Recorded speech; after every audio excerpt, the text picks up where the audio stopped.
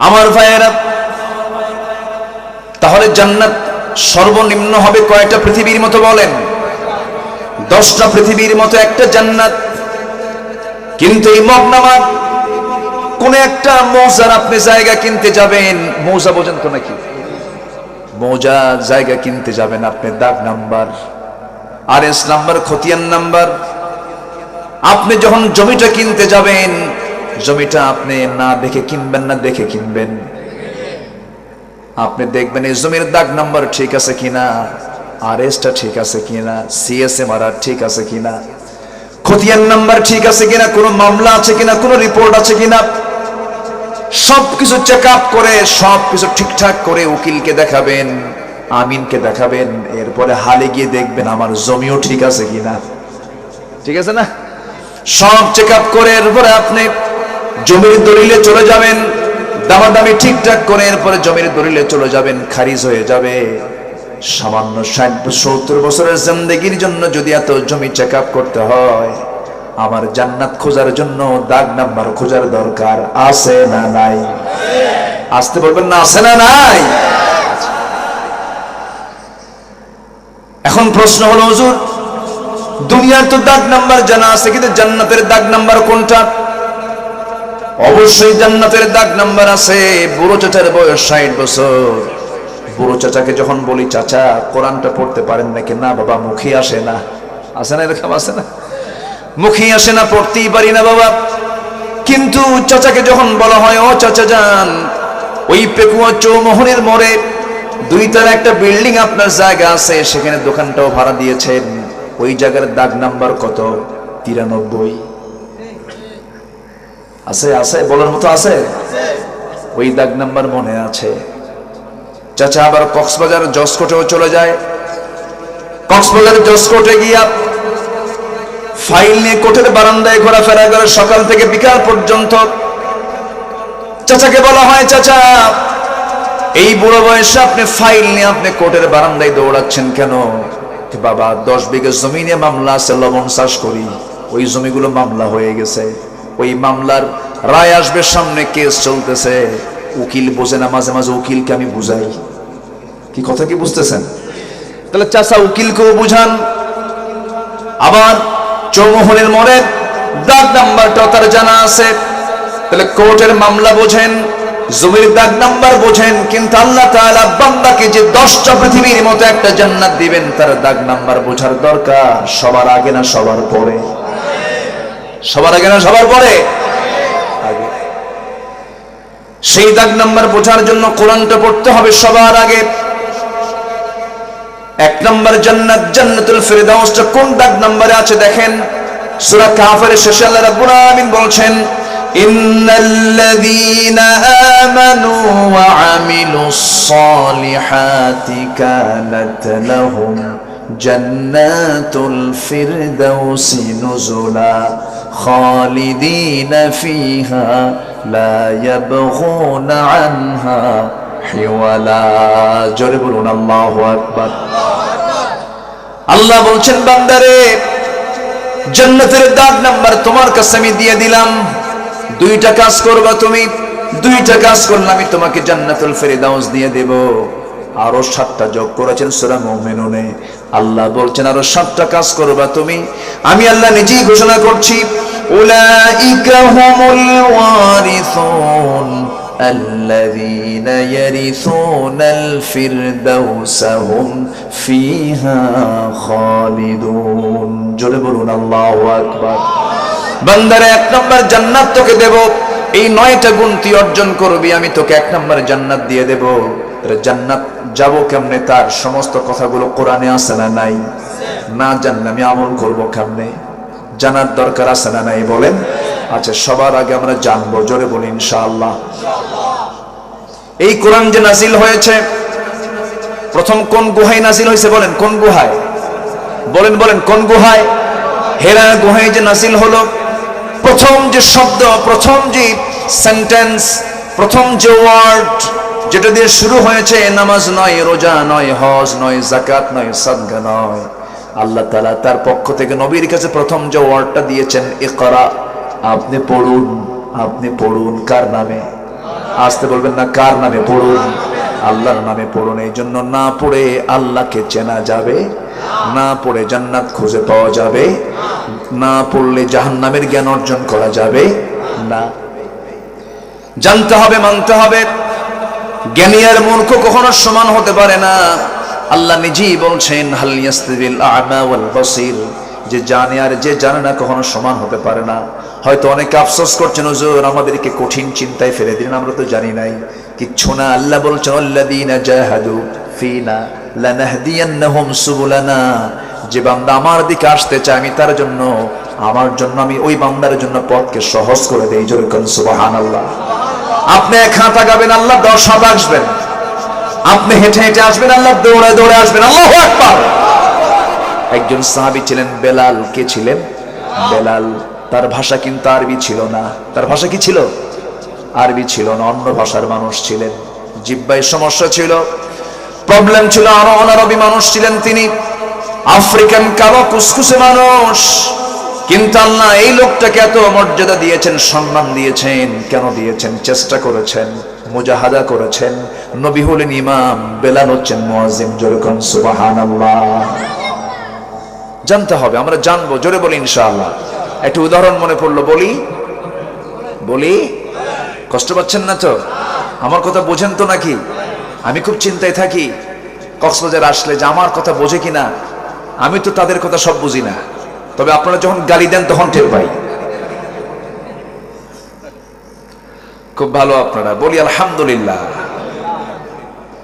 এক মূর্খ আর জ্ঞানী, মূর্খ আর জ্ঞানী দুজন পাশাপাশি বসে আছে। বসে থেকে তাদের ইশারায় বাহাস শুরু হয়ে গেছে। ইশারায় কোনো কথা হবে না, কিন্তু শুধু ইশারায় বাহাস, তর্ক বিতর্ক। তো জ্ঞানী লোকটা মূর্খের সামনে একটা আঙ্গুল উঁচু করছে, একটা আঙ্গুল খাড়া করছে। মূর্খ লোকটা তা দেখে দুটো আঙ্গুল খাড়া করছে। শিক্ষিত জ্ঞানী লোকটা মূর্খকে দেখে 5টা আঙ্গুল উঁচু করেছেন। মূর্খ লোকটা সঙ্গে সঙ্গে মুষ্টি পাকায়া শিক্ষিতের জ্ঞানীর নাকের ডগায় নিয়ে আসছে। আচ্ছা, এরপরে শিক্ষিত লোকটা তার ব্যাগ থেকে একটা ডিম বের করে সামনে প্রেজেন্ট করেছেন। মূর্খ লোকটা তার ব্যাগ থেকে একটা পেঁয়াজ বের করে সামনে রাখছে। শিক্ষিতকে বলা হলো, আপনি যে তার সঙ্গে বাহাস করলেন, তো আপনি কি বুঝলেন লোকটা কেমন? শিক্ষিত বলে, আমি আর কি শিক্ষিত, ও তো আমার চেয়ে বেশি শিক্ষিত, আমার চেয়েও জ্ঞানী। কেন? আমি একটা আঙ্গুল উঁচু করে বুঝালাম ইলাহা মাত্র এক, লা ইলাহা ইল্লাল্লাহ। সে দুটো আঙ্গুল বের করে সে বুঝায় দিল ইলাহা কখনো 2 হবে না। সে আমার ইলাহা যে একজন, সে উত্তরটাকে তার 2 আঙ্গুল উঁচু করে আমার উত্তরটাকে, আমার ঘোষণাকে সে মজবুত করে দিয়েছে। ইলাহা মাত্র কয়জন? একজন। আমি যখন 5টা আঙ্গুল উঁচু করে বুঝালাম বুনিয়াল ইসলাম আলা খামসিন, ইসলামের বেনা হলো 5টা। ইসলামের বেনা কয়টা? 5টা। কালিমা, নামাজ, যাকাত, হজ, রোজা। কয়টা? 5টা। আমি এটা বুঝালাম, সে তৎক্ষণাৎ হাতের মুষ্টি পাকায় নাকের ডগায় নিয়ে এসে বুঝালো, শোনো, ইসলামের বেনা 5টাই, যদি 5টার বাইরে যদি কেউ 6টা বলে, ঘুষি মেরে নাক সোজা করে দেওয়া হবে। সে আমার উত্তরটাকে মজবুত করে দিয়েছে। আমি যখন আমার ব্যাগ থেকে ডিম বের করে রাখলাম, আমি বুঝালাম পৃথিবীটা ডিমের মতো গোলাকার। সে ব্যাগ থেকে পেঁয়াজ বের করে বুঝালো, শুধু পৃথিবী ডিমের মতোই গোলাকার নয়, এই পৃথিবীটাকে আল্লাহ তাআলা 7টা স্তরে, পেজের মতো করে স্তরে স্তরে 7টা আসমান জমিন তিনি সৃষ্টি করেছেন। এটা হলো জ্ঞানীর ধারণা। এখন মূর্খকে বলা হলো, তুই কি বুঝলি কর। মূর্খ বলতেছে, বুঝলাম এটাই, সে যখন আমার সামনে এক নখ উঁচু করেছে, ভাবছি সে আমার 1 চোখ কানা করবে। ভাবলাম তুই আমার 1 চোখ কানা করবি, আমি তোর 2 চোখে কানা করবি। 2 নখ উঁচু করছে। সে যখন আমার সামনে 5টা আঙ্গুল উঁচু করেছে, ভাবলাম সে আমাকে চপাটাঘাত করবে, থাপ্পড় মারবে। ঠিক আছে, আমি থাপ্পড় খাই তো অন্তত বাঁচবো। আমি হাতের মুষ্টি পাকায় বুঝাই দিলাম, তুই তো আমার থাপ্পড় মারবি, আমি ঘুষি মেরে তোর নাকে আউট করে দেবো। এটা হলো মূর্খের চিন্তা। এরপরে সে যখন আমার সামনে যখন ডিমটা রাখলো, আমার কাছে অপমান বোধ হলো। আমার কাছে এটা একটা অপমানজনক বিষয় মনে হলো। আমাকে ডিম দেখালো, আমি আমার ব্যাগ থেকে পেঁয়াজ বের করে বুঝাই দিলাম, তোর ওই ডিমটার এই পেঁয়াজ দিয়ে ভাইজে বুঝে খাই শেষ করে ফেলবে। আমার এই উদাহরণটা দেওয়ার উদ্দেশ্য হলো, জ্ঞানীর চেতনা আর মূর্খের চেতনা কি এক হতে পারে? আসতে বলবেন না পারে। আমাদের সবার বাপকে বলেন তো, বলেন কে এই বাপ? যিনি আমাদের বাপ, উনি কি অশিক্ষিত না শিক্ষিত? মূর্খ না জ্ঞানী? বলেন বলেন বলেন। কিতাব ছাড়া না কিতাবওয়ালা? তাহলে আমরা তার সন্তান হয়ে কি মূর্খ থাকবো? এটা কি বাপের সম্মান থাকে? আসতে কর। অনেক অনেক বাবার সম্মান রক্ষা কর বলে না, বলে কিনা বলেন? তাহলে আমরা আমার বাপকে পেয়েছি অশিক্ষিত না শিক্ষিত? শিক্ষিত। আমরা শিক্ষিত পিতার সন্তান।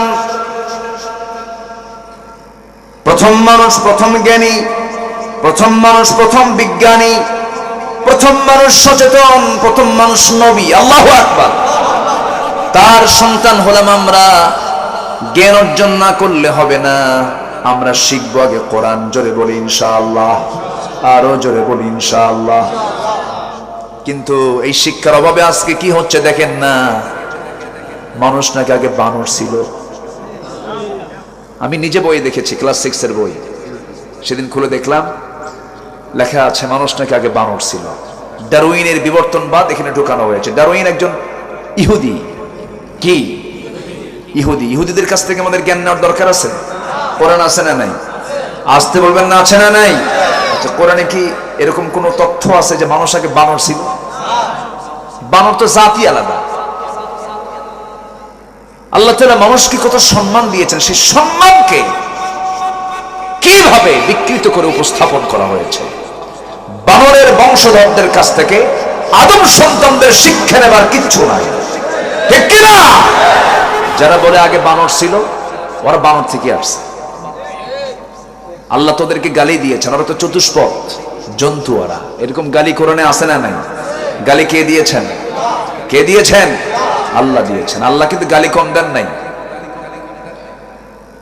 আল্লাহ এই সমস্ত অজ্ঞমূর্খদের কম গালি দেন নাই।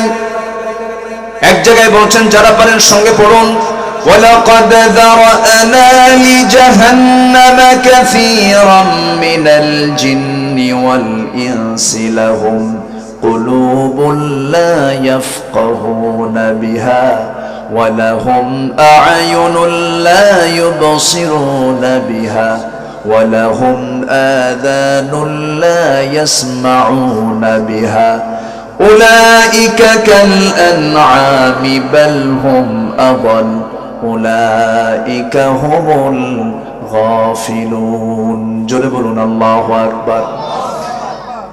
যাদের চোখ আছে দেখে না, কান আছে শোনে না, অন্তর আছে বুঝে না, কিন্তু সবার তো চোখও আছে কানও আছে, কিন্তু শোনে যেটা ভালো শোনে না, খারাপ শোনে। খারাপ শুনে দেখবেন কিছু কিছু উঠতি বয়সের ছেলে পেলে আছে, রাস্তায় হাঁটে ইয়ারফোন কানের মধ্যে ঢুকায় দিয়া, আছে না? ইয়ারফোন কানের মধ্যে ঢুকায় দিয়ে হাঁটে, বানরের মতো হাঁটে, আছে না নাই? নাচানাচি করে, পিছন দিয়ে হর্ন দিবেন তাও নড়ে না, কারণ কানের মধ্যে ইয়ারফোন ঢুকায় রাখছে। ভালো কিছু শোনে না, ভালো কিছু চিন্তা করে না, ভালো কিছু দেখে না। আল্লাহ তাআলা বলছেন, আমি আল্লাহ এদেরকে ঘোষণা দিলাম, এরা হলো চতুষ্পদ জন্তু। উলাইকা কাল আনআম বাল হুম আদাল, এর চেয়েও জঘন্য। তাহলে ওদের কথার সঙ্গে ওদের তথ্যের মিল আছে না নাই? মিল আছে না নাই? মিল আছে। আমার ভাইয়েরা, আমার বন্ধুগণ, এই দুনিয়াতে আল্লাহ তাআলা প্রথম মানুষ যে পাঠিয়েছেন, নবী করে পাঠিয়েছেন। আমরা সবাই নবীর সন্তান। কার সন্তান বলেন? নবীর সন্তান। পীরের সন্তান বলে তুমি অহংকার করার কিছুই নাই। অনেকে পীরের ছেলে হলে একটু প্রাউড করে, আছে না? আমার বাপ পীর, আমি অমক সরকার, মোগল পাঠান, মির্জা সরকার, বিভিন্ন বংশীয় কৌলিন্য বংশগত কিছু গর্ব অহংকার কিছু লোকের আছে না নাই? আসতে বলবেন না আছে না নাই? আমার নবীর একই বংশ, কোরাইশ বংশ। সূরা কোরাইশও আছে। কোরাইশ বংশের সন্তান ছিলেন মুহাম্মদ সাল্লাল্লাহু। আবু লাহাব কোন বংশের? আসতে কয়, আবু লাহাব কোন বংশের? তো বংশে লাভ আছে? বলেন বংশতে লাভ আছে নাকি? নূহ আলাইহিস সালামের ছেলে কেনান মুসলিম না কাফের? নূহের আল্লাহর নবীর ছেলে হয়ে লাভ আছে না। ইব্রাহিম আলাইহিস সালামের বাবাকে আযর মুসলমান না মুশরিক? তাহলে নবীর বাপ হয়ে লাভ আছে? নবীর বাপ হয়ে লাভ নাই, নবীর ছেলে হয়ে লাভ নাই। এরপর ফেমাস কোন বংশের লোক হয়েও কোনো লাভ নাই যদি ভিতরে ইসলাম না থাকে। আসতে বলবেন না, জোরে বলুন ঠিক কিনা? মসিরউদ্দিন ভাই, আমার পাশে কোন এক পীরজাদা বসেছিল, পীরজাদা মানে ওনার বাবা পীর ছিলেন। ভাবসাব এমন, কথাই বলে না, বুঝলেন? সালাম দিল মানে ভাবসাব এমন, মানে আসমান থেকে কেবল নাজিল হয়েছে। সালাম কালাম দিলাম, কোনো উত্তর টুত্তর নাই, মানে প্রাউড, অন্যরকম অহংকার ভাব। তো বললাম আপনার নাম কি? আমি পীরজাদা অমক। আমি বললাম আপনি তো পীরজাদা আর আমি তো নবীজাদা। নবীজাদা মানে আমার বাপ আদম নবী, আমি তার ছেলে, আমি নবীজাদা, আর আপনি তো পীরজাদা। কি আমার কথা কি বুঝতেছেন আপনার? আমার কথা কি বোঝা গেল? ওয়ালাকাদ কাররামনা বানি আদম, আমি আদম সন্তানকে সম্মান দিয়েছি। যে মানুষ অহংকার করে সে মানুষ না, সে অমানুষ, ঠিক কিনা? সে অমানুষ। মানুষ কখনো অহংকার করতে পারে না। যে লোকটা অহংকারী, ভাববেন ওর পতন সামনে খুব কাছাকাছি। মানুষ হবে অহংকারী না বিনয়ী? অহংকারী না বিনয়ী? বিনয়ী হবে। আমরা মানুষ, আমরা বিনয়ী হব, আমরা অনুগত গোলাম হব কার? আসতে বলবেন না কার? আল্লাহ। সবার আগে আমরা চিনব কাকে? আল্লাহকে। জিকির করব কার? মুনাফিক হওয়া যাবে, মানুষ হতে হবে। আমার ভাইয়েরা, এতক্ষণের আলোচনায় যে বিষয়টা আমি আপনাদের বোঝাতে চাচ্ছিলাম, আমি কখন মুনাফিক হব, আমি কখন মুশরিক হব, আমি কখন কাফের হব, আমি কখন জালিম হব, এগুলো যদি আপনি না জানেন, নিজেই তো বুঝবেন আমি কখন মুনাফিক হয়ে গেছি। এই জন্য জ্ঞানের দরকার আছে না নাই? আছে। আমার ভাইয়েরা, আল্লাহ রাব্বুল আলামিন সূরা মুনাফিকুনের শেষ আয়াত, শেষ তিনটা আয়াতের ভিতরে আল্লাহ রাব্বুল আলামিন বান্দাকে জানিয়ে দিচ্ছেন মুনাফিকদের কিছু স্বভাব আমি তোমাদেরকে জানিয়ে দিচ্ছি। মুনাফিকদের মতো তোমরা হইও না, ওই সমস্ত লোভে পড়ে যেও না, সম্পদের দিকে তাকায়া সন্তানদের মায়া জালে পড়ে, পরিবারের মায়া জালে পড়ে যেন আমার জিকির থেকে তুমি যেন গাফিল না হও, যে আচরণটা মুনাফিকরা করে। আল্লাহ বলছেন, ইয়া আইয়ুহাল্লাযীনা আমানু লা তুলহিকুম আমওয়ালুকুম ওয়ালা আওলাদুকুম আন যিকরিল্লাহ ওয়া মান ইয়াফআল যালিকা ফাউলাইকা হুমুল খাসিরুন। জোরে বলুন আল্লাহু আকবার। ও ঈমানদারেরা, তোমরা তোমাদের জীবনকে ধ্বংস করে দিও না। তোমাদের সন্তান, তোমাদের সম্পদ যেন আল্লাহর জিকির থেকে তোমাদেরকে উদাসীন না করে রাখে। আমার দেশে এমন লোক আছে, হাজার হাজার কোটি টাকার মালিক, যা 10 বছর আগেও তার কিছু ছিল না। জনগণের টাকাগুলো লোপাট করে আপনি যে হাজার হাজার কোটি টাকার মালিক হলেন, আপনার সন্তানদেরকে রেখে গেলেন। আপনি কত বোকা, নিজেও ভাবেন নাই। আপনি জুলুম করে এই সমস্ত অন্যায় করে অর্থগুলো আপনি কামাই করে সন্তানের জন্য রেখে গেলেন। সন্তান ভোগ করবে, আপনি জাহান্নাম ভোগ করবেন। আপনি কি ভোগ করবেন? জাহান্নাম ভোগ করবেন। লস করার কি দরকার? ভোগ করবে সন্তান, আযাব পাবেন আপনি। না না, আল্লাহ বলছেন সন্তানদের মায়ায়, সম্পদের মায়ায় তুমি তোমার আল্লাহর জিকির থেকে নিজেকে উদাসীন করো না। আজান হওয়া মাত্রই তোমার কাজ হবে, সবার আগে তুমি কোথায় হাজির হবে? আসতে বলবেন না কোথায় হাজির হবে? নামাজ পড়বো আমরা কয় ওয়াক্ত? আসতে বলবেন না কয় ওয়াক্ত নামাজ? একা না জামাতে? মনোযোগে না মনোযোগে? বুঝে না না বুঝে? জেনে না না জেনে? সময় নাও সময়ে সুন্দর করে আমরা নামাজ পড়বো। জোরে বলি ইনশাআল্লাহ। প্রথম আয়াতে আল্লাহ তাআলা জিকিরের কথা বলেছেন। জিকিরের যত জিকিরের ভাষা, জিকিরের যত অর্থ আছে, এর মধ্যে সবচেয়ে শ্রেষ্ঠ অর্থ হলো জিকির মানে নামাজ। জিকির মানে কি? নামাজ। অনেকদিন আগে এক মাহফিলে আমাকে এক বুড়ো চাচা বলতেছে, হুজুর আমি 3 নম্বরে যাব। কোথায়? বিড়ি খাবো। এরকম লোকও কিন্তু আছে, বিড়ি খাওয়ার লোক আছে না নাই? আচ্ছা, না আমি এলাকায় আসলে আমার একটা বিষয় সবচেয়ে ভালো লাগে, সেটা হলো মাহফিল থেকে লোক ওঠা বসা করে না। আলহামদুলিল্লাহ, যারা গোটা দেশে মাহফিলে কথা বলেন তারা টের পান। এই অঞ্চলের একটা বৈশিষ্ট্য হলো শ্রোতারা হচ্ছে ফার্স্ট ক্লাস শ্রোতা। আলহামদুলিল্লাহ, কোন নড়াচড়া নাই, খুব সুন্দরভাবে সবাই বসে থাকেন, এটা একটা ভালো দিক। আলহামদুলিল্লাহ বলেন। তাহলে জিকির মানে কি বলেন তো? 1 নাম্বার জিকির মানে কি? নামাজ। নামাজ পড়তে যদি না ভালো লাগে, মাহফিলের মজলিসে বসতে যদি না ভালো লাগে, কোরআন তেলাওয়াত করতে যদি মজা না পাওয়া যায়, শেষ রাতে উঠে যদি সেজদায় যদি তৃপ্তি না পাওয়া যায়, এরপরে দোয়ায় যদি চোখে পানি না আসে, ভাবতে হবে আমার ভিতরে বড় ধরনের শয়তানি ঢুকে গেছে, শয়তান ওয়াসওয়াসা দিচ্ছে। এই জন্য নফসের ট্রিটমেন্টটা করতে হবে। এই যে মাহফিল গুলো, আবার অনেকে দেখবেন বলবে মাহফিল করে লাভ কি? দেখছেন, ও আবার লাভ খোঁজে। মাহফিল করে লাভ আছে না নাই বলেন? আসতে বলবেন না, আছে না নাই? ওরা ব্যাখ্যায় বলে মাহফিল করে লাভ কি? মাহফিল শোনা মানুষ তো ভালো হয় না, গান শোনা ভালো হয়। হ্যাঁ, এই সমস্ত কথাগুলো আবু জাহেলদের কথা। আমি তো মনে করি প্রত্যেকটা পাড়ায় পাড়ায়, গ্রামে গ্রামে মাহফিল হওয়া দরকার, ঠিক কিনা? যুব সমাজ আজকে শেষ হয়ে যাচ্ছে। গতকালকে আমার একটা আলোচনার সাবজেক্ট ছিল কোরআন এবং হাদিসের আলোকে যুব সমাজের চরিত্র গঠন। 10টা পয়েন্টের উপরে কথা বলেছি আমি। আজকে মুরব্বী একটা ইঙ্গিত দিয়েছেন, মোবাইলে কি খেলে? জুয়া খেলে। হ্যাঁ বলছেন না উনি? বলছেন না? হ্যাঁ বলছেন। আমি ওনার সব কথাই কোট করছি, তো আজকে ওয়াজি উনি বের করে দিছে আমারে। আজকের মাহফিলে যুবকরা বেশি, কিন্তু যুবকরা বেশি না, আজকে মাহফিলে যুবকরাই বেশি। বলি আলহামদুলিল্লাহ। যুবকরা, তোমরা যদি ভালো হয়ে যাও, সমাজ ভালো হয়ে যাবে। তোমরা যদি খারাপ হয়ে যাও, সমাজটা খারাপ হয়ে যাবে। তুমি যদি ঘুরে দাঁড়াও, দেশ ঘুরে দাঁড়াবে। আর তুমি যদি ধ্বংস হয়ে যাও, দেশটা ধ্বংস হয়ে যাবে। এই দেশ কিন্তু ধ্বংসের ষড়যন্ত্র চলছে, কারণ মায়ানমার থেকে আসতেছে ইয়াবা, আর প্রতিবেশী ভারত থেকে আসতেছে হলো ফেন্সিডিল বাবা।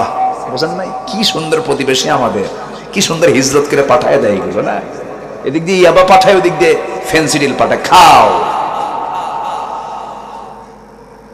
এগুলো বন্ধ করতে কোনো সময় লাগতো না, শুধুমাত্র যদি সব নেতৃত্ব সমাজে যদি চালু থাকতো, ঠিক কিনা? ইয়াবা সাপ্লাই দেয় কারা? কাদের মদত পুষ্ট হয়ে এই সমস্ত কাজগুলো চলছে? আকলমন্দ ইশারা বাসাত, সচেতন ব্যক্তির জন্য ইঙ্গিতটাই যথেষ্ট।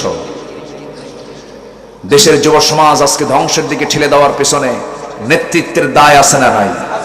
আসতে বলবেন না, আছে না নয়?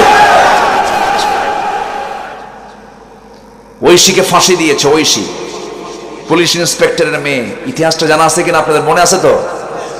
পুলিশ ইন্সপেক্টরের মেয়ে ইয়াবা খায়, বাপকে বলছে ইয়াবার টাকা দে, টাকা দেয় নাই। তরকারি রান্না করার বটি দিয়ে এক রাতে বাপকেও মারছে, মাকেও মারছে। ফলাফল কি হলো? কোর্ট রায় দিল ঐশীকে ফাঁসি দিয়ে দেয়। ঐশীকে ফাঁসি দিয়েছে, ভালো কথা। ঐশীর হাতে যারা নেশা তুলে দিয়েছে তাদেরও তো শাস্তি হওয়া দরকার ছিল। আজকে যুব সমাজ শেষ হয়ে গেল। কি ফুটন্ত গোলাপ যুবকরা! একটা পরিবার ধ্বংসের জন্য একটা ছেলে যদি, একটা পরিবারের একটা ছেলে যদি মদ খায়, নেশা করে, পরিবার শেষ। আজকে সব ইজি করে দিয়েছে সব। যুবকরা কোন নেশার দিকে যাবা না। দুটো নেশা থেকে নিজেকে পরহেজ রাখবে। একটা হলো ড্রিঙ্কিং, যেটা তোমার নেশা, মাদক দ্রব্য। আরেকটা হচ্ছে নারীর ছলনা থেকে বাঁচতে হবে, জেনা থেকে বাঁচতে হবে। জেনা এবং মদ, এই দুটো থেকে তুমি যদি বাঁচতে পারো, আল্লাহর একটা জান্নাত তোমার জন্য খোলা আছে। জয় বলি সুবহানাল্লাহ। জোরে বলি সুবহানাল্লাহ। কিন্তু আজকের সমাজে জেনা আছে না নাই? মদ আছে না নাই? দুটাই আছে। সুদ, জুয়া। জুয়া বোঝেন তো? জুয়া কাকে বলে? ওই যে মোনাজাত ধরে, মোনাজাত ধরে না। আমি আজকে চেয়ারম্যানের পক্ষে কথা বলতেছি তো। চেয়ারম্যানদের কাছে সব কিছু থাকে, ওনারা তো দরবার করেন। সমাজের কি ক্রাইম, সমাজের কি সমস্যাগুলো ওনারা ফেস করেন। এই ইউনিয়নে কিন্তু এমন সন্তান খুঁজে পাওয়া যাবে যে সন্তান মাকে ভাত দেয় না, আছে না নাই? কথা বলবো, কথাগুলো বলবো, এরকম আছে। আবু জাহেলের সমাজে 4টা কাজ ছিল: মদ, জেনা, জুয়া, সুদ। মদ, জেনা, জুয়া, সুদ, এই 4টি বৈশিষ্ট্য হলো আবু জাহেলের সমাজে। আজকে আমাদের মুসলিম সমাজে এগুলো আছে না নাই? আসতে বলবেন না আছে না নাই? এই লক্ষণ কি মুসলিম সমাজের লক্ষণ না আবু জাহেলের সমাজের লক্ষণ? তাহলে আমরা মুসলমান হই কেন? আমরা বলি আমরা মুসলমান হয়ে গেছি, কোথায় আমরা মুসলমান হতে পারলাম? আমাদের ধর্মের নাম ইসলাম। ইসলাম বলছে সুদ হারাম, ইসলাম বলছে মদ হারাম, ইসলাম বলছে জেনা হারাম, ইসলাম বলছে জুয়া হারাম। আজকে সমাজ আমরা কি হারাম রেখেছি না হালাল রেখেছি? হালাল প্রকাশ্যে চলছে। মদের বোতল কক্সবাজারে আছে না নাই? দোকান, দোকানদার, কাস্টমার, সুদ আছে না নাই? সুদের কারবারও থাকলো, জেনার কারবারও থাকলো। আল্লাহ বলছেন আমি জেনাকে সম্পূর্ণ হারাম করে দিয়েছি, ওয়ালা তাকরাবুজ জিনা, জেনার তোমরা নিকটেও যেও না। কিন্তু কক্সবাজারের সি বিচে চলে যাবেন, জোড়ায় জোড়ায় যে সবগুলো বসেছে সবাই স্বামী স্ত্রী, সবাই স্বামী স্ত্রী নাকি?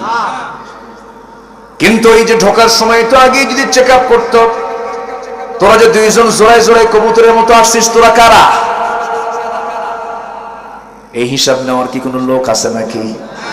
আসতে বলবেন না আছে নাকি? নাই। এই হিসাব নেবে কে? বরঞ্চ যে জায়গায় শিক্ষা অর্জন করি, ঢাবির দিকে তাকান, চবির দিকে তাকান, রাবির দিকে তাকান, বুয়েটের দিকে তাকান, ডুয়েটের দিকে তাকান, বড় বড় শীর্ষস্থান ইউনিভার্সিটির দিকে তাকান। আমিও ঢাবির ছাত্র ছিলাম, ঢাকা ইউনিভার্সিটিতে আমিও পড়াশোনা করেছি, টুকটাক কিছু পড়ছি। তো এই যে ইউনিভার্সিটিগুলো, প্রত্যেকটা ক্যাম্পাসের সামনে আপনি লক্ষ্য করে দেখবেন ক্লাস হয় দুইটা, একটা ইন কোর্স আর একটা আউট কোর্স। একটা ইন কোর্স আর একটা আউট কোর্স। আউট কোর্সটা কি? আউট কোর্স হলো, সেই আউট কোর্সটা হলো প্রকাশ্যে গাছের তলে দুইটা ছেলে মেয়ে কপতি গাছের তলে দুজন বসে সময় ব্যয় করছে, ঘন্টার পরে ঘন্টা সময় ব্যয় করছি।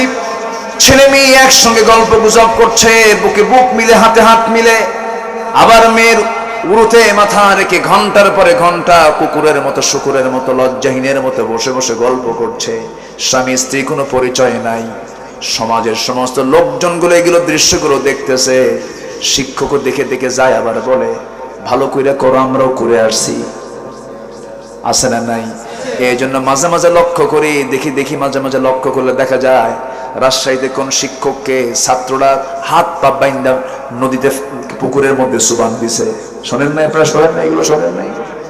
কেন হচ্ছে এগুলো? এর মূল কারণ হলো শিক্ষা প্রতিষ্ঠান গড়ে উঠেছে, কিন্তু নৈতিক শিক্ষার চরম অভাব। নৈতিক শিক্ষার অভাবের কারণে আজকে সমাজের এই চিত্র দেখা দিচ্ছে। এই জন্য সকল শিক্ষার ভিতরে দ্বীনি শিক্ষা ঢুকানোর দরকার আছে না নাই? আসতে বলবেন না আছে না নাই? আজ থেকে 10 বছর আগে শিক্ষার যে হার ছিল, এখন শিক্ষার হার বেড়েছে না কমেছে? বলেন। বাড়ছে। শিক্ষার হার বাড়ছে না? 10 বছর আগে যা ছিল তার চেয়ে শিক্ষার হার কমেছে না বেড়েছে? কিন্তু বাপ মার প্রতি যে সেবা, সেই সেবার হারটা বেড়েছে না কমেছে? তাহলে কেন হলো এটা? শিক্ষার হার তো ঠিকই বাড়লো, বাপ মার তো খেদমতের হার তো বাড়ার কথা, বরঞ্চ তা না বেড়ে বরঞ্চ তারও কমে গেল কেন? এর মধ্যে অবশ্যই একটা শিক্ষার চরম ঘাটতি। সেই শিক্ষা হলো দ্বীনি শিক্ষা। দ্বীনি শিক্ষার দরকার আছে না নাই? কিন্তু একটা মহল, একটা বুদ্ধিজীবী মহল, তারা এই দেশের দ্বীনি শিক্ষা তারা দেখতেই চায় না, সহ্য করতে পারে না। কারণ দ্বীনি শিক্ষা পেলে তো তারা 2 নাম্বারই করতে পারবে না। এই দেশের মানুষ দ্বীনটা পরিপূর্ণ জানলে পরে, অধিকাংশ দ্বীনমুখী হলে পরে তাদের চুরি বন্ধ হবে না, চুরি বন্ধ হয়ে যাবে, জিনা বন্ধ হয়ে যাবে, আকাম কুকাম গুলো বন্ধ হয়ে যাবে। এই জন্য একটা পক্ষ চায় এই জমিনে আল্লাহর দ্বীনের শিক্ষাটা না থাকুক। আছে না নাই? আসতে বলবেন না, আছে না নাই? এই জন্যই তো বামনের থিওরি ঢুকায় দিছে, ডারউইনের থিওরিটা ঢুকায় দিয়েছে। সম্মানিত ভাইয়েরা, তসলিমা রাষ্ট্রের মতো মানুষকে এদেশের কিছু মানুষ সাপোর্ট করে। তসলিমা কয়েকদিন আগে স্ট্যাটাসে লিখেছে, সে নিজে লিখেছে, আমি দেখেছি, সে বলেছে তোমাদের মোহাম্মদ তো পচে গলে মাটিতে একাকার হয়ে গেছে, তাও কিছু সাগরিদ আমার দেশে আছে। এই ব্লক, এই নাস্তিক্য চেতনার এই গ্রুপটাকে ইমানদার যারা, তারা সহ্য করতে পারে না। আসতে বলবেন না, জোরে বলুন ঠিক কিনা? সব সহ্য করব আমরা। আল্লাহকে নিয়ে, রসুলকে নিয়ে, ইসলামকে নিয়ে, কোরআনকে নিয়ে, দ্বীনকে নিয়ে যদি কোনো কথা বলো, বাপ হলেও আমরা ছাড়বো না। ওই সমস্ত বাতিলদের মোকাবেলা করার দরকার আছে না নয়? রাজি আছেন কারা কারা? হাত উঁচু করে দেখান মুসলমান।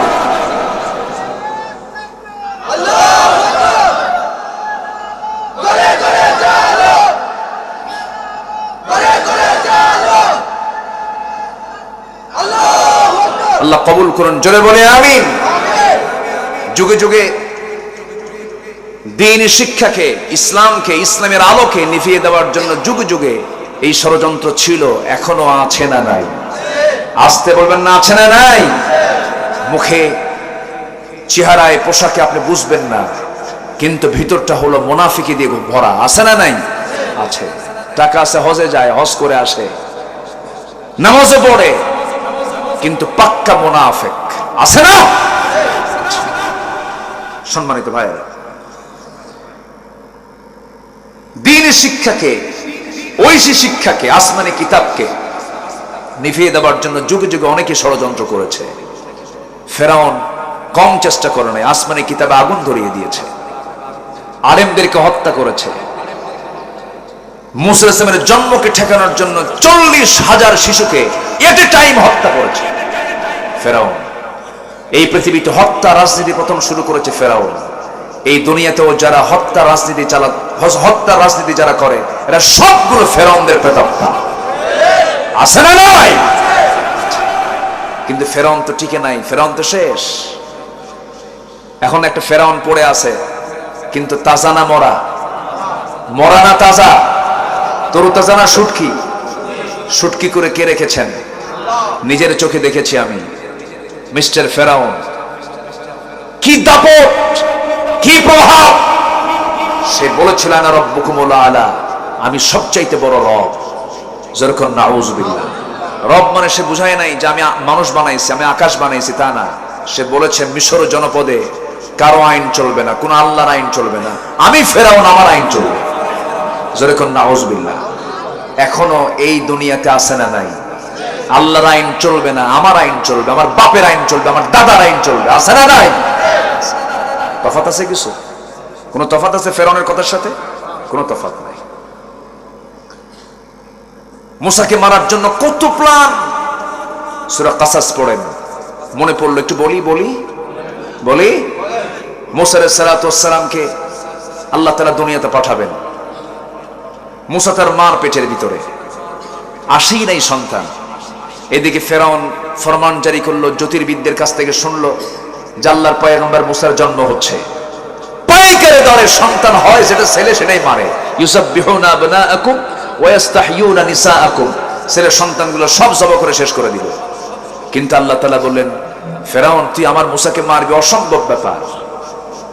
আল্লাহ তাআলা মুসার মাকে ওহী দিয়ে জানায় দিলেন, ওয়াহাইনা ইলা উম্মি মুসা আন আরদি'i ফাইন খিফতি আলাইহি ফাআলকিহি ফিল ইয়াম্মি ওয়ালা তাখাফি ওয়ালা তাহজানি।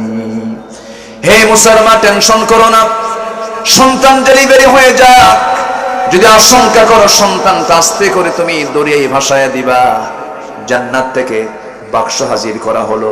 সেই বাক্স বন্দি করে খরস্রোতা নদীতে, ঢেউওয়ালা নদীতে যখন ছেড়ে দেওয়া হলো, সেই ঢেউয়ের তালে তালে সেই বাক্সটা ভাসতে ভাসতে গিয়ে এমন জায়গায় গিয়ে থামলো। একটা কথা আছে, যেখানে বাঘের ভয় সেখানে নাকি রাত হয় বা রাত পোয়ায়। সেই জায়গায় গিয়ে থেমে গেল, যেখানে রাজরানী আসিয়া আলাইহিস সালাতু ওয়াস সালাম ইমরাতা ফিরাউন গোসল করার জন্য ঘাটে নামেন। ঘাটে নেমে তিনি গোসল বানাবেন, রাজরানীর লোকজন সব প্রস্তুত, গোসলে তিনি নামবেন। এমন সময় দেখতে পেলেন সামনে সুন্দর একটা কাঠের বাক্স। কে যেন, এটা কি? তিনি বললেন, দেখো তো এর মধ্যে কি আছে। একজন গিয়ে খুলতে চেষ্টা করলো, পারলো না। কেউ খুলতে চেষ্টা করলো, পারলো না। একটা আলাদা পাসওয়ার্ড, আলাদা লক, এই লকটা কেউ খুলতে পারে না। কিন্তু আসিয়া যখন সামনে চলে গেলেন, যখন তার সামনে আনা হলো, হাতটা লাগালেন, সঙ্গে সঙ্গে অটোমেটিক খুলে গেল। যখন খুললো দেখতে পেলেন 4 হাত পা শুধু নড়াচড়া করতেছে, মাথায় কালো কালো কেশ, সুন্দর চেহারা, ভ্রু যুগল। সন্তানটার চোখ দেখে, চেহারা দেখে আসিয়ার পছন্দ হয়ে গেছে। সন্তানটা কোলের মধ্যে উঠায় নিলেন। সন্তানটা কোলের মধ্যে উঠায় নিয়া এবার সামনের দিকে রওনা করছেন, আর মনে মনে চিন্তা করছেন, আমার তো কোনো ছেলে সন্তান নাই, সন্তানটাকে ধীরে ধীরে বড় করব আমি। সন্তানটা নিয়ে যখন মূল রাজপ্রাসাদের মূল ফটকের সামনে যখন দাঁড়ায় গেছে, ফেরাউন বলছে, আসিয়া তোমার কোলে এই সন্তানটা তুমি পাইছো কই? ছেলে সন্তান। কুররাতু আইনিল লি ওয়ালাক, আমার চক্ষু আপনার চক্ষু শীতল করে দিবে এমন সন্তান, দেখেন কি সুন্দর ফুটফুটে চেহারা। ফেরাউন বলছে, আসিয়া শোনো, 40,000 শিশুকে আমি হত্যা করেছি, কোন ছেলে সন্তান আমি তাজা রাখি নাই। এই সন্তানটা তুমি কই পাইছো? আমার তো সন্দেহ লাগতেছে।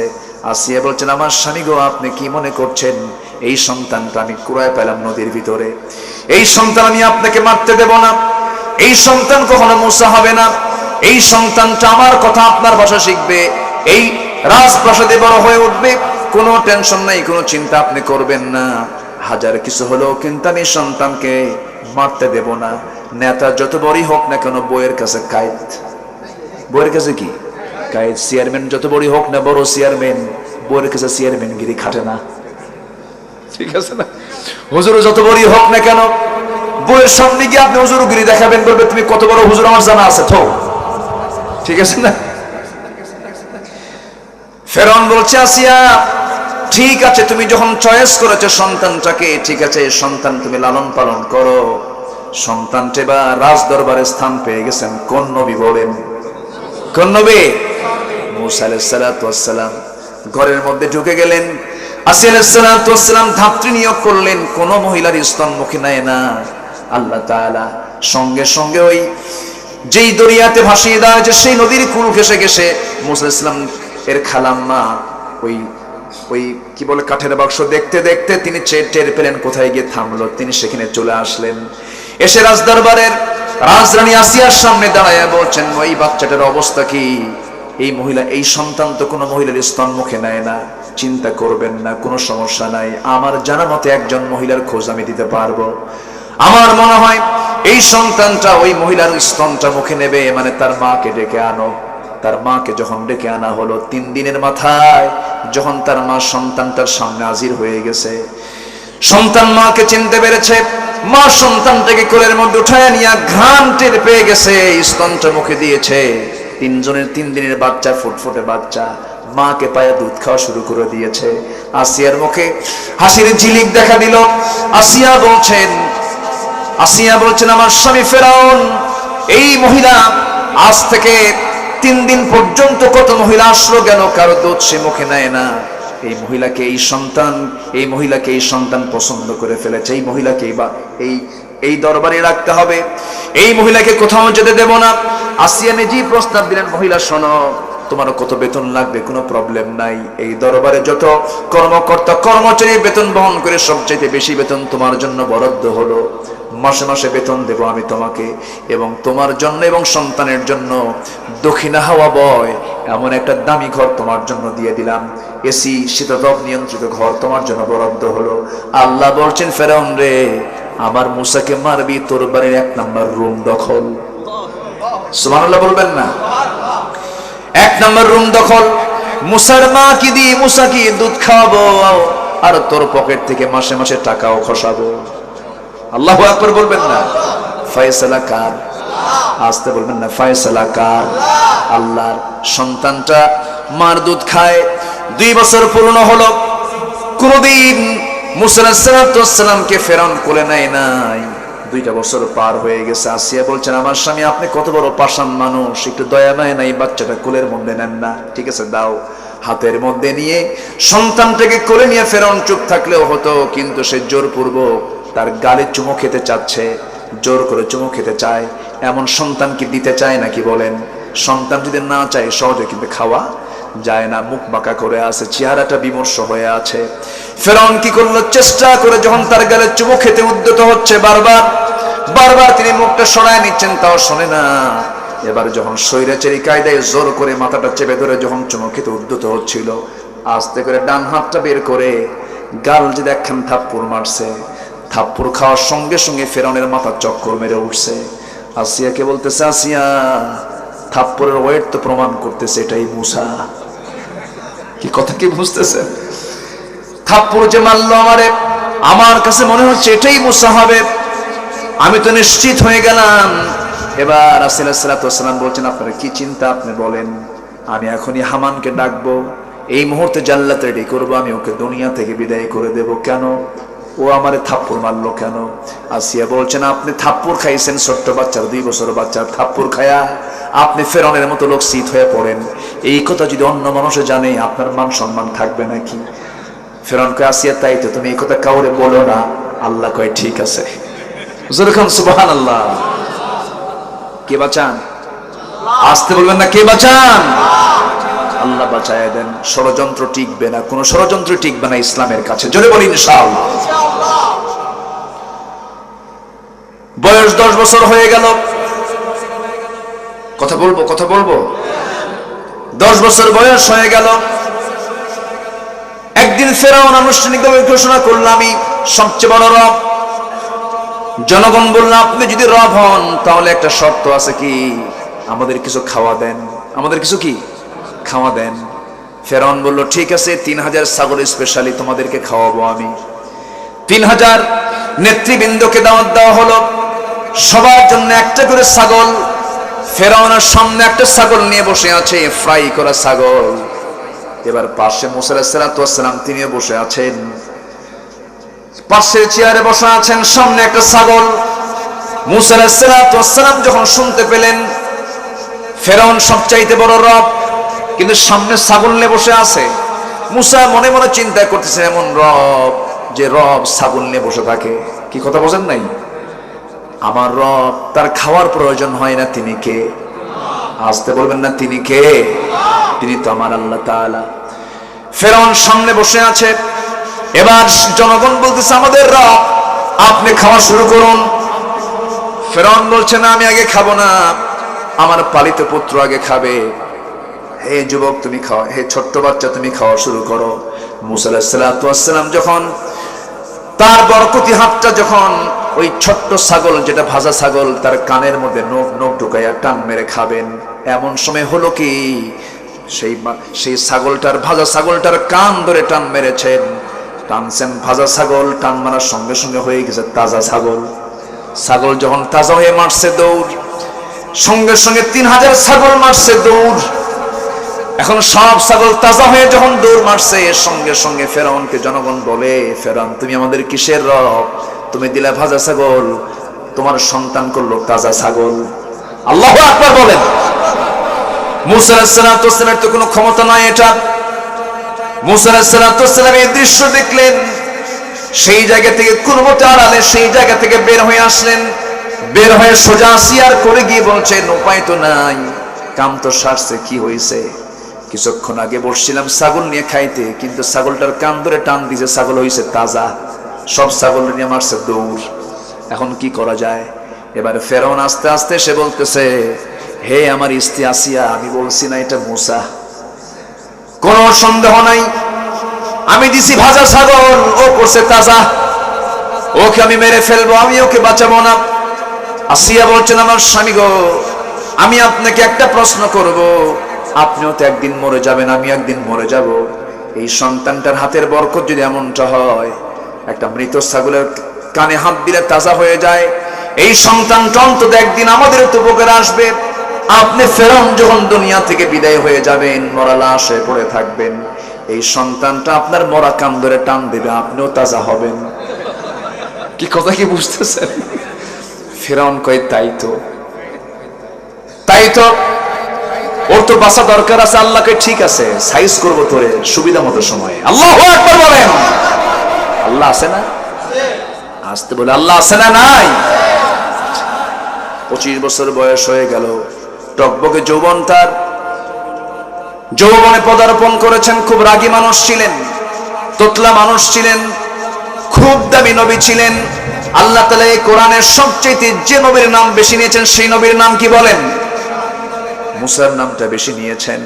আমার নবীজি বলেন, সহিহ হাদিসের বর্ণনা, হাসরের ময়দানে কিয়ামতের দিন সবাই অজ্ঞান হবে। হাসরের ময়দানে সবার সেন্সলেস থেকে সেন্স যখন ফিরে পাবে, এই কিয়ামতের দিন যখন মানুষ অজ্ঞান হয়ে পড়বে, সবার আগে সেন্স ফিরবে আমি নবী, আমার রাসূল বলেন, আমার সেন্সটা সবার আগে ফিরবে। আমি হুঁশটা ফিরে পাওয়ার পরে দেখব আমার ভাই মুসা আল্লাহর আরশটা ধরে আছে। মানে উনি বুঝাচ্ছেন যে আমার মুসা, আমার ভাই মুসা মনে হয় আগে সেন্স ফিরে পাইছে। আল্লাহু আকবার বলেন। খুব দামি নবী ছিলেন মুসা আলাইহিস সালাতু ওয়াস সালাম, খুব রাগী নবী। যে রাগ আছে যার, সততা আছে তার, কিন্তু মুনাফিকরা রাগেও না, কি ওরা রাগেও না, হাসেও না। মুনাফিকদের চেনা খুব কঠিন। একটু পরে আসতেছে, আজকে প্রয়োজনে ফজর পর্যন্ত কথা হবে। কি থাকবেন নাকি? আছেন তো আপনারা নাকি? আছেন আপনারা? কিন্তু ফজর পর্যন্ত আপনারা থাকবেন, আমি কিছুক্ষণ পর চলে যাব। খুব ভালো, বলি আলহামদুলিল্লাহ। প্রসঙ্গ যখন চলে আসলে একটু বলেই ফেলি। টকবকে যুবক মুসা আলাইহিস সালাতু ওয়াস সালাম খুব রাগী মানুষ। রাগের তো দরকার আছে, রাগের দরকার আছে না নাই? যাদের রাগ বেশি তাদের সততা বেশি। কি আমি কি ভুল বললাম? যে লোক রাগী না ও তো মানুষই না। রাগ থাকা দরকার, কিন্তু সে রাগ থাকতে হবে সত্যের পক্ষে রাগ, ঠিক কিনা? আশিদ্দাউ আলাল কুফার, প্রতিবাদী হতে হবে। ইমানদার কখনো বসে থাকে না, ইমানদার প্রতিবাদী হয়। ইমানদার অন্যায়ের বিরুদ্ধে কথা বলে, ন্যায়ের পক্ষে কথা বলে। তা'মুরুনা বিল মা'রুফ ওয়া তানহাউনা আনিল মুনকার। মুসা খুব প্রতিবাদী মানুষ ছিলেন। তো ফেরাউনের গ্রুপের একটা লোক কিপ্তি এসে তার সামনে মাতব্বরি করতেছে। অন্যায় করেছে, ভুল করেছে, স্বীকার করে না। মুসা বলেন, তুমি তো ভুল করছো। কেন? আমি ভুল করিনি। ভুল করছো তুমি? না, ভুল করি নাই। ভুল করেছো? না, ভুল করিনি। হাতটা আস্তে করে শাসন করার জন্য মারছে। এখন উল্টা আল্লাহকে বলতেছে, আল্লাহ দোষ কিন্তু আমার না, আমি ওকে থাপ্পড় মারছি ও যেন ঠিক হয়, কিন্তু ও যে এরকম সাপ মরে গেলে যে সোজা হবে, এরকম সোজা হবে তা তো আমি জানি না। বলা হলো, তুমি এখন এই দেশে তোমার থাকা যাবে না, তোমাকে দেশ থেকে চলে যেতে হবে, হিজরত করতে হবে। নবীদের নিজের মাটিতে জায়গা হয়নি, আমার নবীরও নিজের মাটিতে জায়গা হয়নি। এলাকার মানুষ রসুলকে হত্যার অর্ডার দিয়েছে। আমার নবীর মতো ভালো মানুষ পৃথিবীতে কেউ এসেছে? কেউ আসবে? তিনি কাউকে ঠকাইছেন, জমির আইল ঠেলছেন, মিথ্যা কথা বলেছেন, রাগ করে থেকেছেন, তার মুখ কি গমটা ছিল? এত সুন্দর মানুষকে হত্যার অর্ডার কেন দেওয়া হলো? শুধু বলেছেন মদ চলবে না, জিনা চলবে না, সুদ চলবে না, জুয়া চলবে না, অন্যায় কোনো কাজ সমাজে চলতে দেব না। এই জমিনে থাকতে হবে কার বিধান? কার বিধান? আজকে আপনি ওই কায়দায় দাওয়াত দেওয়া শুরু করেন, আপনি মামলা খাবেন, আপনি হামলায় শিকার হবেন, আপনি জেলখানায় ঢুকবেন, ঠিক কিনা? মুসা আলাইহিস সালাম প্রতিবাদ করলেন, মরে গেল, দেশ ছাড়লেন, চলে গেলেন। যেদিক চোখ যায় সেদিকে চলে গেলেন, অনেক দূর মাদিয়ান নামক এলাকায় চলে গেলেন। মাদিয়ান যাওয়ার পর প্রচন্ড ক্ষুধা, সামনে একটা কূপ পেলেন। কূপের কাছে গিয়ে কূপ থেকে পানি তুলে পান টান করলেন। কেউ পরিচিত না, অপরিচিত একটা জায়গা, মানে একটা প্রত্যন্ত অঞ্চলে তিনি চলে গেছেন। হঠাৎ করে দেখেন ওই কূপকে লক্ষ্য করে দূর থেকে দুজন মহিলা বালতি নিয়ে হেঁটে হেঁটে আসতেছে। কূপ থেকে পানি তুলে বললেন, তোমাদের কি সমস্যা? পানি তুলে নিয়ে যাও। কেন? আমরা পারবো না, ঢাকনা টান দিতে, ওজনওয়ালা ঢাকনা, শক্তিশালী 7 থেকে 8 জন পুরুষ লাগবে, তাই তোমাদের কষ্ট হচ্ছে? কেন আমরা সন্ধ্যার পর সবাই যখন পানি নিয়ে চলে যাবে, আমরা আড়াল করে পর্দা নিয়ম রক্ষা করে আমরা পানি নিয়ে চলে যাব। তোমরা আসছো কেন? কাবুনা শাইখুন কাবীর, আমাদের বাপ খুব বুড়া মানুষ, উনি নড়াচড়া করতে পারেন না, চোখে কম দেখেন, এই জন্য আমরা আসছি। তো উনি ভাবলেন যে না, এদের তো একটু উপকার করা দরকার, দাও বালতি দাও। বালতি নিলেন, কূপের ধারে গেলেন, যে ঢাকনা টান দিতে লাগে হলো 7 থেকে 8 জন, উনি নিজের হাতে ওই ঢাকনাটা ধরলেন, ধরি ফিকা মারলেন, 14 হাত দূরে গিয়ে ছিটকে পড়লো। 2 মহিলা মনে মনে কয়, এটা কি মানুষ না অন্য কিছু? ভয় পেয়ে গেছে, কারণ মানুষের শক্তিতে এত হওয়ার কথা না। কিন্তু আল্লাহ তাআলা মানুষের মধ্যে নবীদের শক্তি কম দিয়েছেন না বেশি দিয়েছেন? নবীদের আল্লাহ তাআলা এক্সট্রা 3টা করে গুণ দিয়েছেন। একটা হলো উন্নত চরিত্র, হসনে খুলক, নাম্বার 2 হলো সুন্দর চেহারা, আর নাম্বার 3 হলো দৈহিক শক্তি। আল্লাহ তাআলা আমার নবীকে দিয়েছেন 100 জন জান্নাতে পৌঁছার শক্তি। জোরে বলে সুবহানাল্লাহ। কয়শো জন? 100 জন। তো এরপরে কূপ থেকে পানি তুলে দিয়ে বললেন, সোজা বাড়ির দিকে চলে যাও। তো সূর্য ডোবার আগেই চলে গেছে বাড়িতে। বাঁ পেটা মাথায় নিয়ে বলতেছে, বৃদ্ধ পিতা তার মেয়েদেরকে বলতেছে, প্রত্যেকদিন আনতে সময় লাগে, আজকে এত তাড়াতাড়ি আসার কারণটা কি? বলতেছে, আব্বা, একজন যুবককে দেখতে পেলাম, ইন্নাহু কবিয়্যুন আজিজ, খুব শক্তিশালী যুবক, খুব পাওয়ারফুল যুবক। ঢাকনায় হাত দিল আর ঢাকনা ছিটকে পড়ে গেল। বৃদ্ধ লোকটা বলতেছে, আমার মেয়ে, বড় মেয়ে, তুমি আগামীকালকে যাবে, আমার সালামটা জানাবে, ওই যুবককে বলবে সে যেন আমার সঙ্গে সাক্ষাৎ করার জন্য আমার বাড়ি পর্যন্ত আসে, আমি তাকে দাওয়াত দিয়ে দিলাম। পরের দিন চলে গেছেন, গিয়ে বলতেছেন, হে যুবক, আব্বাজান তো বড় অসুস্থ মানুষ, চোখে কম দেখেন, বুড়া হয়ে গেছেন, আব্বাজান আপনাকে সালাম দিয়ে দাওয়াত দিয়েছেন আমাদের বাড়িতে, আপনি কি যাবেন নাকি? মুসা আলাইহিস সালাম মনে মনে চিন্তা করলেন, এই জনপদে কেউ আমার পরিচিত নয়, আমি কাউকে চিনি না, যদি একটু পরিচয় হয় আমার তো ভালোই হয়। এবার তিনি বলছেন, আমি তো যাব, কিন্তু বাড়ি ঘর তো চিনি না। কিন্তু এবার জবাবে ওই মেয়েটা বলতেছে, আপনার চেনার জন্য কোনো টেনশন করা লাগবে না, আমি সামনে সামনে চলবো, আপনি আমার পিছে পিছে আসবেন, আমি আপনাকে চেনায় চেনা আমার বাড়িতে, আমাদের বাড়ির দিকে নিয়ে যাব। মুসার মেজাজ গরম হয়ে গেছে। মুসা আলাইহিস সালাম বলতেছেন যে, তুমি মহিলা, তুমি আমাকে নিয়ে যাবা, আমি পুরুষ, তোমার পিছে থাকবো, তুমি কি মনে করতেছ আমি যুবক, এরকম যুবক যে একজন নারীর পিছে পিছে আমি হেঁটে হেঁটে যাব? আমি তো এরকম না। চোখ এরকম বড় করে বলতেছে, তোমার বাড়িতে আমি যেতে পারি, শর্ত হলো তোমার পিছে আমি থাকবো না, আমি সামনে থাকবো, তুমি পিছে আসবে। এর কারণ হলো, আমি যদি পিছনে থাকি, তুমি যদি সামনে থাকো, আমার চোখ তোমার দেহের দিকে চলে যাবে, আমার চোখের গুনাহ হয়ে যাবে। আমি সামনে চলবো, তুমি পিছে পিছে আসবে। পুরুষরা ইমামের জাত, নেতারা জাত, আমি সামনে সামনে থাকবো, তুমি পিছে পিছে আসবে। কোনো কথা বলতে পারবা না, শুধু 2টা শব্দ তুমি বলবা, ডান অথবা বাম, বাম অথবা ডান, এর চাইতে বেশি কোনো কথা বলা যাবে না। মহিলা মনে মনে চিন্তা করতেছে, গতকালকে দেখলাম শক্তিশালী যুবক, আজকে দেখি চরিত্রবান যুবক বটে, চেয়ে থাকে না, চরিত্রটা খুব সুন্দর। আল্লাহু আকবার বলেন। ছেলেদের 2টা গুণ থাকতে হবে। কয়টা গুণ? একটা হলো কর্মঠ, শক্তিশালী, কর্মঠ হতে হবে, আরেকটা হলো চরিত্রবান হতে হবে। এই মেয়েটা ওই মুসা আলাইহিস সালামের এই 2টা গুণ দেখে তার মনে মনে পছন্দ হলো, না, ছেলেটা অনেক ভালো। আলহামদুলিল্লাহ বলেন, জোরে বলি আলহামদুলিল্লাহ। তাহলে মুসা সামনে গেলেন না পিছে থাকলেন? পুরুষরা কি সামনে থাকবে না পিছনে থাকবে? এদেশের 18 কোটি মানুষ এখন কার পিছে বলে? কষ্ট পাচ্ছেন আপনারা? মেরে দিলাম কিন্তু। মুসা আলাইহিস সালাম সামনে সামনে চললেন, চিনিয়ে দেওয়া হলো, বাড়ি পর্যন্ত পৌঁছে গেলেন। বাড়ি পর্যন্ত পৌঁছার সঙ্গে সঙ্গে সালাম বিনিময় হলো মুরব্বীর সাথে। বুড়া মানুষটাকে তিনি সালাম দিয়ে ফেললেন। সালাম দেওয়ার সঙ্গে সঙ্গে পাল্টা জবাব দিয়ে এবার বুড়া লোকটা বলতেছে, যুবক, তোমার নাম তো মুসা। উনি থমকে দাঁড়াইছেন, এত দূর থেকে আসলাম, এই লোকটা আমারে চিনলো কেমনে? এই এলাকার লোকটা আমাকে চেনার কথা নয়। মনে মনে ভয়ও পাচ্ছেন, ফেরাউনের লোকজন নাকি আবার কি কথা বলছেন? এবার বলছেন, আপনি আমার নামটা জানলেন কেমনে? আমাকে চিনলেন কেমনে? এবার বৃদ্ধ লোকটা বলতেছে, শুধু তোমার নামটাও জানি না, তোমার কামও জানি কি।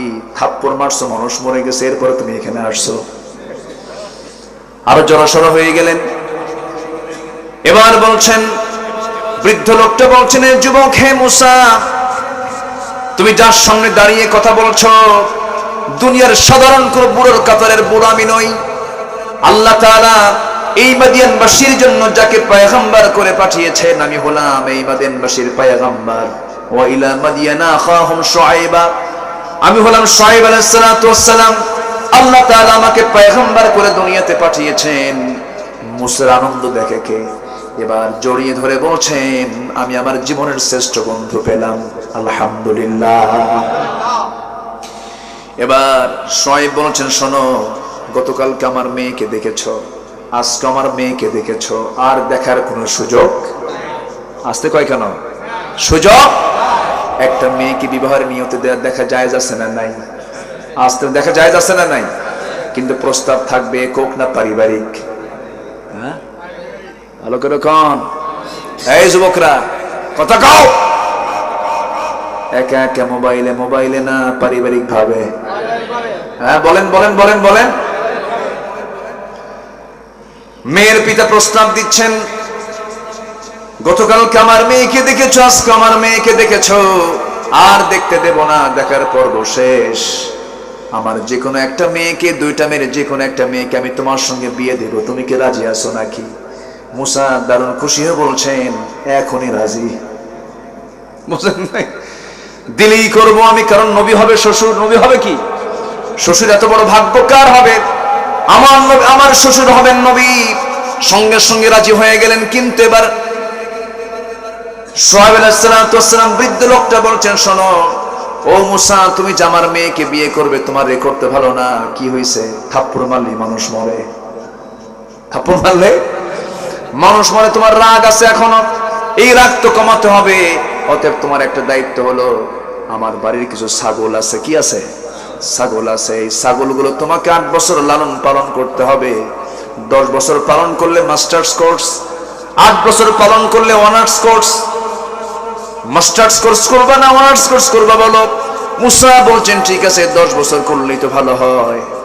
এই মেজাজি লোকটাকে দায়িত্ব দেওয়া হলো কি লালন পালন করার। ছাগল তো খুব শান্ত প্রাণী। ছাগল কথা শুনেন, গ্রামীণ লোক আপনারা, ছাগল তো চেনার কথা। যত প্রাণী আছে এর মধ্যে সবচেয়ে ছাগল হলো একটা অন্যরকম প্রাণী। ছাগলের গলায় দড়ি বেঁধেছেন, কিন্তু ছাগল যদি একবার রাত করে ব্রেক মারে, ব্রেক মারা বোঝেন তো, একবার যদি ব্রেক মারে, সামনের 2 ঠ্যাং যদি জমিনে যদি গেড়ে দেয়, আপনার দড়ি ছিঁড়ে যাবে, আপনিও চলে যাবেন, মাগের ছাগল নড়বে না। তুই যা, আমি যাব না। কি কথা বোঝা গেল কি? এই ছাগল পালার দায়িত্ব দেওয়া হলো তাকে 10 বছর। ইবনে কাসিরের বর্ণনায় আসছে, সূরা কাসাসের তাফসীর এসেছে, 10 বছর লালন পালন করার পরে শেষ দিন তার ডিউটি যেদিন শেষ হয়ে যাবে, ছাগলগুলো নিয়ে যখন আসতেছেন, ছাগল পাল থেকে একটা ছাগল একদিকে একাকি দৌড় মেরেছে। একাকি দৌড় মারতে নিয়ে মুসার কাছে মেজাজ খারাপ হইয়া পিছনে উনিও দৌড় মারলেন। ছাগলটাও বিক্ষিপ্ত হয়ে দৌড় মারছে। ছাগলও দৌড়ায়, মুসাও দৌড়ান। শেষ পর্যন্ত নবীর সঙ্গে তো পারবে না, ছাগলটাকে খপ করে ধরে ফেলেছেন। 2 হাত 2 পা, 2 পা 2 হাতের মধ্যে তুলে নিয়েও শূন্যে চড়িয়েছেন, এক আসারে মেরে ফেলবেন। কিন্তু যখন তিনি আসার মারতে উদ্যত হয়েছেন, লক্ষ্য করে দেখেন ছাগলটার চোখে মুখে চরম ভীতির চিহ্ন। ভয় পাচ্ছে, লোমকূপ দিয়ে ঘামগুলো টপ টপ করে পড়তেছে। ছাগলটার এই অসহায়ত্বের চেহারা দেখে মুসা মনে মনে ভাবলেন, তুই তো ছাগল, তোকে মাইরা কি লাভ? তোর মাইরা তো কোনো লাভ নাই। 2 পা ছেড়ে দিয়া ছাগলটাকে কোলের মধ্যে নিয়ে তিনি প্রাণীর প্রতি যে যত্ন নিতে হয় অত্যন্ত আদর করলেন, স্নেহ করলেন, আদর দিলেন। আল্লাহ বলছেন, মুসা তোমার রাগ কমে গেছে, আমি আল্লাহ তোমাকে এখন নবুয়ত দিয়ে দিলাম। জোরে কোন সুবহানাল্লাহ, জোরে বলে সুবহানাল্লাহ। নবুয়ত পেয়ে গেলেন। আল্লাহ বলছেন, মুসা এখন ফেরাউনের কাছে যাও। কার কাছে?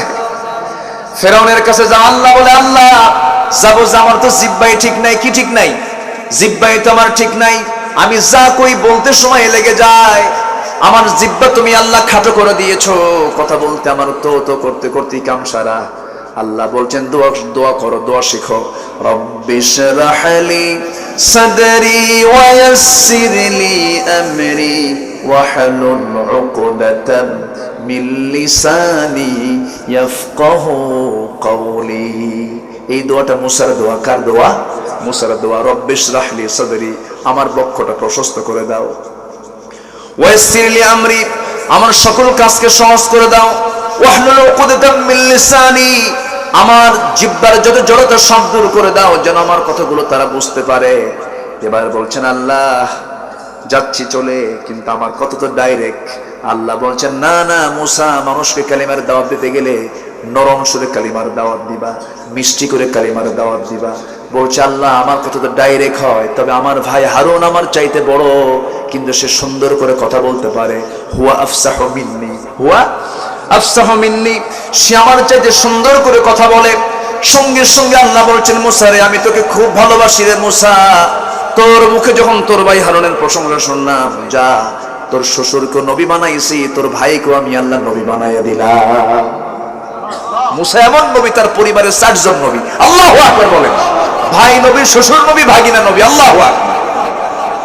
নবী পরিবার। কি পরিবার? নবী পরিবার। ভাই হারুনকে সঙ্গে করে নিয়ে চলে গেলেন কার কাছে? কার কাছে? এবার বীরের বেশে হাজির হয়েছেন সামনে। ইযহাব ইলা ফিরআউনা ইন্নাহু তাগা। ফিরআউনকে আল্লাহ বলছেন নরম সুরে কালিমার দাওয়াত দিবা। তিনি সামনে গিয়ে দাঁড়াইছেন, দাঁড়ায় বলছে ফিরআউন এইদিকে আয়। কি কথা বুঝছেন কি? এক ধমক মারছেন। ফিরআউন বলে কে? আমি মুসা, কালিমার দাওয়াত দিতে এসেছি, এক আল্লাহর দাসত্ব করো। তোমার সঙ্গে এটাকে আমার ভাই হারুন, সে আল্লাহর নবী।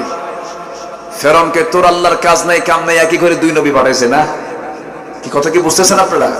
এই কথা বলা মাত্রই হাতের লাঠি খাড়া করছেন উনি, হাতের লাঠি সোজা করেছেন। ফেরনকে মোকাবেলা করার জন্য মেজাজের দরকার আছে না নাই? আসতে বলবেন না, আছে না নাই? ফেরনকে মোকাবেলা করার জন্য লাঠির দরকার আছে না নাই? আজকের সমাজেও ফেরাউনদের চরিত্রে কিছু লোক আছে না নয়? মুসার শক্ত হাতে লাঠি দিয়া 90 ফেরাউনদের মোকাবেলা করতে হবে মুসলমান।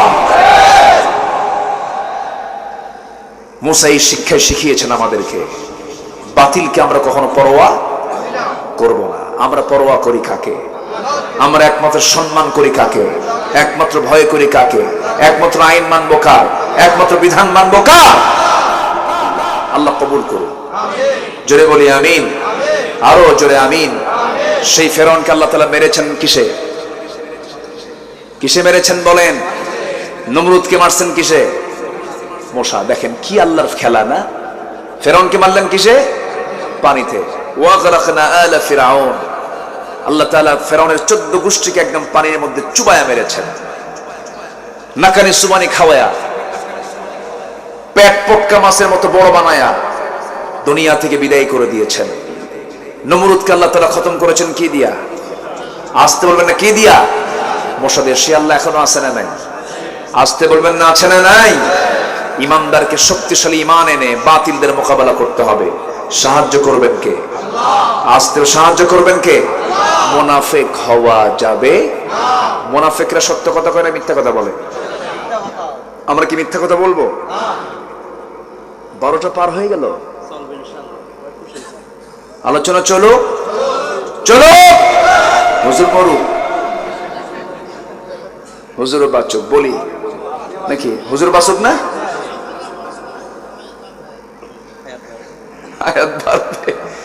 খুব সুন্দর বলি আলহামদুলিল্লাহ। এলাকার নাম কি? মগনামা। খুব ফেমাস এলাকা। এরপরই তো কুতুবদিয়া না? গিয়েছিলাম সেদিন। কুতুবদিয়ার সব মানুষ মাহফিলে আসছে। ভাবলাম কুতুবদিয়া কোনো লোক পাবো না, কিন্তু কুতুবদিয়া যায় দেখি যত কুতুবদিয়ার মানুষ, আমার তো মনে হয় নারী পুরুষ মিলে 40 থেকে 50 হাজার মানুষ হবে। আমি শেষ কোথায় খুঁজে পাইনি। সব মানুষ মাহফিলে চলে আসছে। দ্বীপের মানুষগুলো ইসলাম প্রিয় বেশি হয় আলহামদুলিল্লাহ। আমি গিয়েছি কুতুবদিয়া, সন্দ্বীপ, হাতিয়া, মনপুরা, ভোলা, যেগুলো দ্বীপ অঞ্চলগুলো আমি গিয়েছি। তারা একটু ইসলাম প্রিয়, অন্য জায়গার চাইতে বেশি হয়, আলহামদুলিল্লাহ। আপনারা অনেক ভালো মানুষ, আলহামদুলিল্লাহ। তো রাত তো অনেক হয়ে গেল, এখন কি করি বলেন? আর একটু চালাবো আর একটু? জি, আমরা কি ফাসেক, কাফির, মুশরিক, জালিম এগুলোর কাতারে যাব? মুনাফিকের কাতারে যাব? আমরা ইমানদারের কাতারে যাব। কিসের কাতারে যাব? ইমানদারের কাতারে। তাহলে জিকির করব কার? আসতে বলবেন, জিকির করব কার? মুনাফিকরা চরম জঘন্য, মারাত্মক। আল্লাহ তাআলা মুনাফিকদের শাস্তি দিবেন সবচেয়ে কম না বেশি? এবং রাসূলকে আল্লাহ তাআলা অর্ডার দিয়েছেন, জাহিদিল কুফার ওয়াল মুনাফিকিন ওয়াগলুদ আলাইহিম। সত্য হবে মুনাফিকদের ব্যাপারে, কোনো আপোষ করা যাবে না। মুনাফিকরা বড় ভয়ঙ্কর। মুনাফিকদের চরিত্র হলো চারটা। বলেন কয়টা? এই চারটা যেন আমাদের মধ্যে না আসে, জোরে বলি ইনশাআল্লাহ। নাম্বার 1, আল্লাহু ইয়াশহাদু ইন্নাল মুনাফিকিনা লাকাযিবুন। আল্লাহ নিজে সাক্ষ্য দিচ্ছেন মুনাফিকরা সবচেয়ে বড় মিথ্যুক। মুনাফিকরা কি? মিথ্যুক। নাম্বার 2, ওয়াইদা ওয়াদা আখলাফ, ওয়াদা করলে ভঙ্গ করে। ওয়াইদা তুমিনা খান, আমানত রাখলে আমানতের খেয়ানত করে। আমানতের খেয়ানত করে। যখন সারতে না পারে তখন মুখ থেকে বেফাস কথাবার্তা বলে, মার নাম ধরে গালি দেয়, বাবার নাম ধরে গালি দেয়। এমন লোক বাংলার জমিনে খুঁজে পাওয়া যাবে না। আছে নাকি?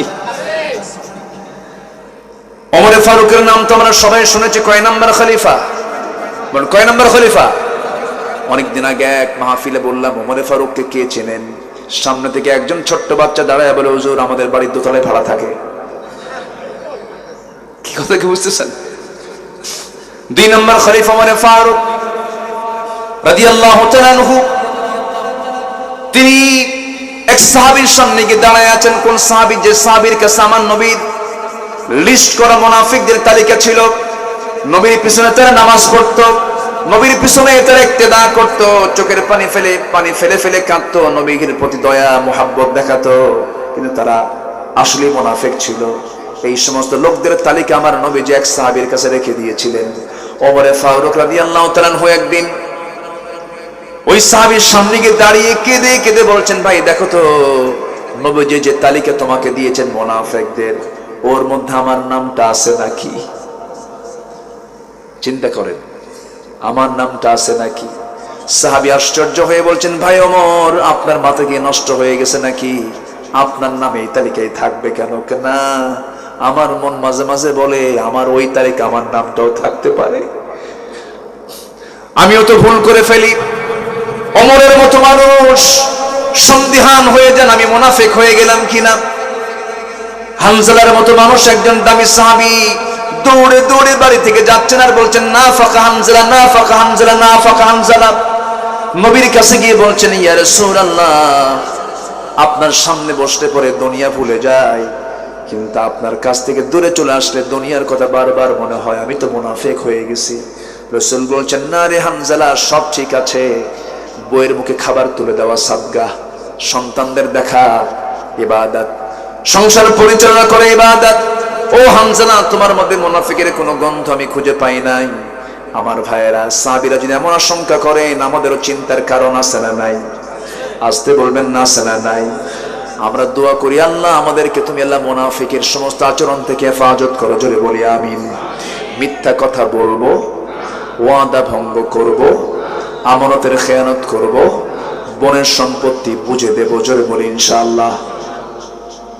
বাপ হয়ে অনেকে এমন আছে, নিজের বাবা নিজের মেয়েকে সম্পদ বুঝায় না দিয়া মেয়ের সম্পত্তি ছেলেকে লিখে দিয়ে মরে যায়। আছে নাকি? আছে না? আছে। হয়তো চক্ষু লজ্জায় মেয়েটা কিছু বলে না, বাবার জন্য কিছু বলে না, কিন্তু এই যে আপনি বাবা হয়ে মেয়েকে সম্পদ থেকে আপনি মাহরুম করলেন, আপনার জন্য জাহান্নামটা অবধারিত হয়ে গেল। আপনি তো আমানতের খেয়ানত করে ফেলেছেন, হকটা নষ্ট করে ফেলেছেন। অনেক ভাই আছে বোনের সম্পত্তি বুঝে দেয় না, বাপ মরে গেছে, এক যুগ পার হয়ে গেছে। আছে? বলি এগুলো বলি, একটু বলি। এক যুগ পার হয়ে যায়, দেয় না।